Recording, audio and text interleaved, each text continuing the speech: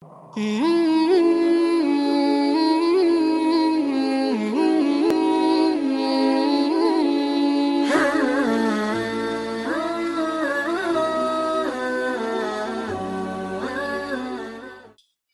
الله الرحمن الرحيم. الحمد لله الذي هدانا لهذا وما كنا لنهتدي لولا أن هدانا الله. وأصلي وأسلم على سيد الأنبياء محمد وآله وصحبه أجمعين. أما بعد، قال الله تبارك وتعالى: أعوذ بالله من الشيطان الرجيم. بسم الله الرحمن الرحيم. يا أيها الذين آمنوا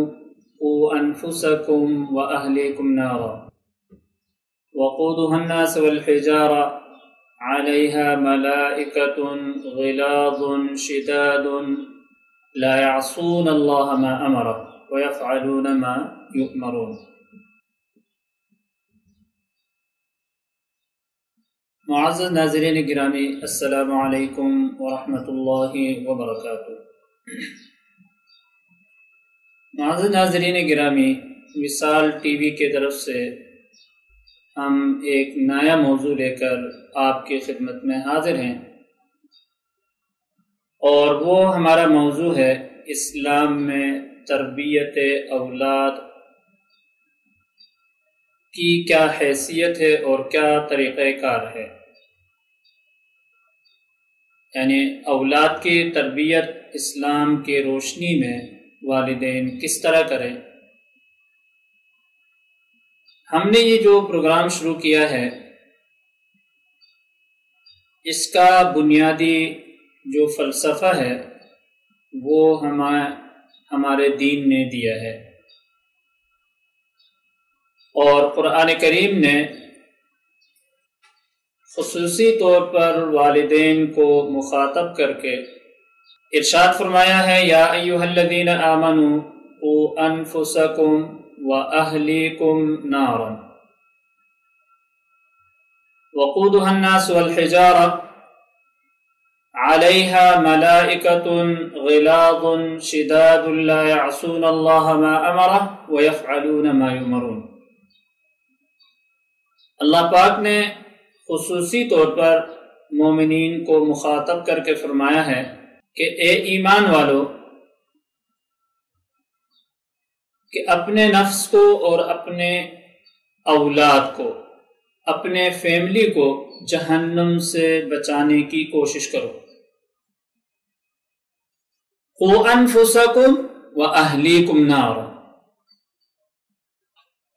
تو میرے معزز ناظرین گرامی دیکھیں، قرآن کریم کی اس آیت مبارکہ کے یہ الفاظ ایک بہت بڑی ذمہ داری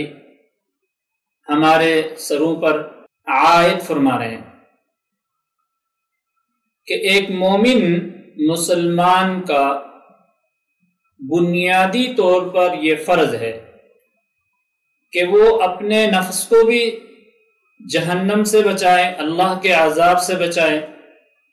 اور اس کے ساتھ ساتھ اپنے جو اہل خانہ ہیں، بچے ہیں، ان کو بھی جہنم سے بچائے۔ تو معلوم یہ ہوا کہ والدین کا کام صرف اولاد کو معاشی اعتبار سے ترقی پذیر بنانا نہیں ہے کہ وہ صرف ان کو کھلائیں، ان کو پلائیں، اور ان کے معاشی کفیل نہیں ہے۔ معاشی کفالت کا جہاں اللہ رب العزت نے ذمہ داری ڈالی ہے والدین پر، تو وہاں اس کے ساتھ ساتھ ان کی اخلاقی تربیت اور ان کی روحانی تربیت، اس کی ذمہ داری بھی اللہ رب العزت نے والدین پر ہی ڈالی ہے کہ ایک والد کی ذمہ داری بنتی ہے کہ جہاں وہ اپنے اولاد کی معاشی کفالت کرتا ہے اور اس کے لیے جد و جہد کرتا ہے، محنت کرتا ہے، اور بھوک پیاس برداشت کرتا ہے، سردی گرمی برداشت کرتا ہے، تو اس کے ساتھ ساتھ وہ اس کے اخلاقی تربیت پر بھی توجہ دے، اور اس کے جو روحانی بیماریاں ہیں ان روحانی بیماریوں کا بھی علاج کی کوشش کرے۔ اور یہ کیسے ممکن ہو سکتا ہے؟ تو یہ ممکن اسی طرح ہوگا کہ ہماری اولاد کا جو عقیدہ ہے وہ قرآن کے مطابق ہو، اور ہمارے اولاد کا جو عمل ہے وہ سنت کے مطابق ہو، اور اس کے ساتھ ساتھ اللہ تعالیٰ کا فضل اور اللہ کی رحمت ہمارے اور ہمارے بچوں کے شامل حال ہو۔ اسی طرح میرے معزز ناظرین گرامی، اللہ تعالیٰ کے ارشاد ہے والذین آمنوا واتبعتهم ذریتهم بإیمان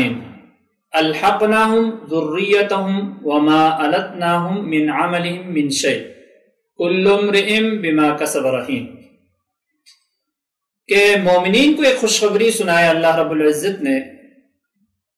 کہ جو ایمان والے لوگ ایمان کے ساتھ ساتھ اپنی روحانی تربیت کی کوشش کرتے ہیں، یعنی خود اپنی اصلاح کی کوشش کرتے ہیں، اور جس طرح اپنے نفس کی اصلاح کی کوشش کرتے ہیں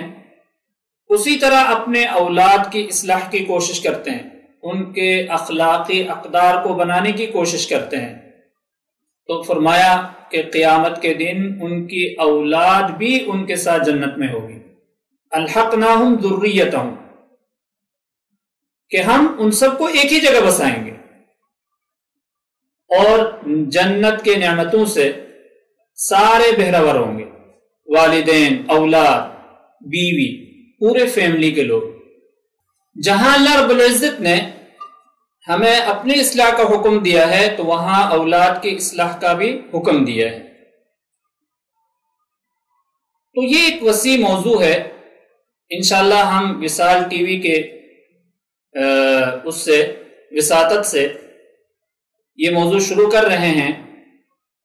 اور آپ سب سے ہمارے درخواست ہے کہ دعا کریں گے کہ ہم اس موضوع کو پائے تکمیل تک پہنچائیں۔ اس میں انشاءاللہ گویا کہ یوں سمجھے کہ بیج سے لے کر صنوبر تک، کہ بچے کے پیدائش سے لے کر اس کی جوانی اور ذمہ داری تک ہمارے دین نے جو رہنمائی کی ہے، اور حضرت صلی اللہ علیہ وسلم نے اپنے امت کے افراد کی جو رہنمائی کی ہے وہ سارے کے سارے آپ کے سامنے آئے گی۔ ہم انشاءاللہ اس کے بعد والے پروگرام میں انبیاء علیہم الصلوات والسلام کی تاریخ کو پرکھیں گے کہ ان کی تاریخ میں اولاد کے حوالے سے کیا ذکر ملتا ہے۔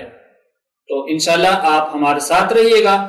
اور ہمارے یہ پروگرام دیکھتے رہیے گا، انشاءاللہ اللہ کرے گا آپ کو بہت زیادہ فائدہ ہوگا، اور ہمارے لیے دعا کرتے رہیے گا کہ اللہ رب العزت ہمیں عمل کی توفیق نصیب کریں، اور جو بولیں عمل کی نیت سے بولیں اور خیر خواہی کی نیت سے بولیں، اور ہمارا ہر جو کام ہو وہ ریا سے خالی ہو اور امت کے خیر کے لیے ہو اور امت کے بھلائی کے لیے ہو۔ السلام علیکم ورحمۃ اللہ وبرکاتہ۔